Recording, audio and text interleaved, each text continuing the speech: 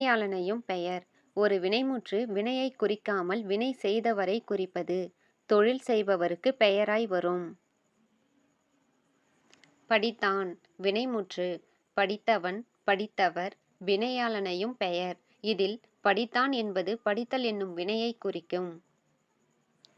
ஆனால் படித்தவன், படித்தவர் என்பது படித்தல் என்னும் வினையைக் குறிக்காமல் அந்த வினையை செய்த நபரை குறிக்கிறது. வேற்றுமை உருபுகளை ஏற்றும் ஏற்காமலும் வரும். படித்தவர் வேற்றுமை உருபுகளை ஏற்கவில்லை. படித்தவரை ஐ இரண்டாம் வேற்றுமை உருபை ஏற்றுள்ளது. 3 காலங்களிலும் வரும். இறந்த காலம், நிகழ்காலம், எதிர்காலம்.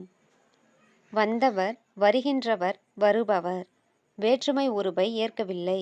வந்தவர்க்கு கு, வருகின்றவரை ஐ, வருபவரால் ஆல் வேற்றுமை உருபை ஏற்றுள்ளது.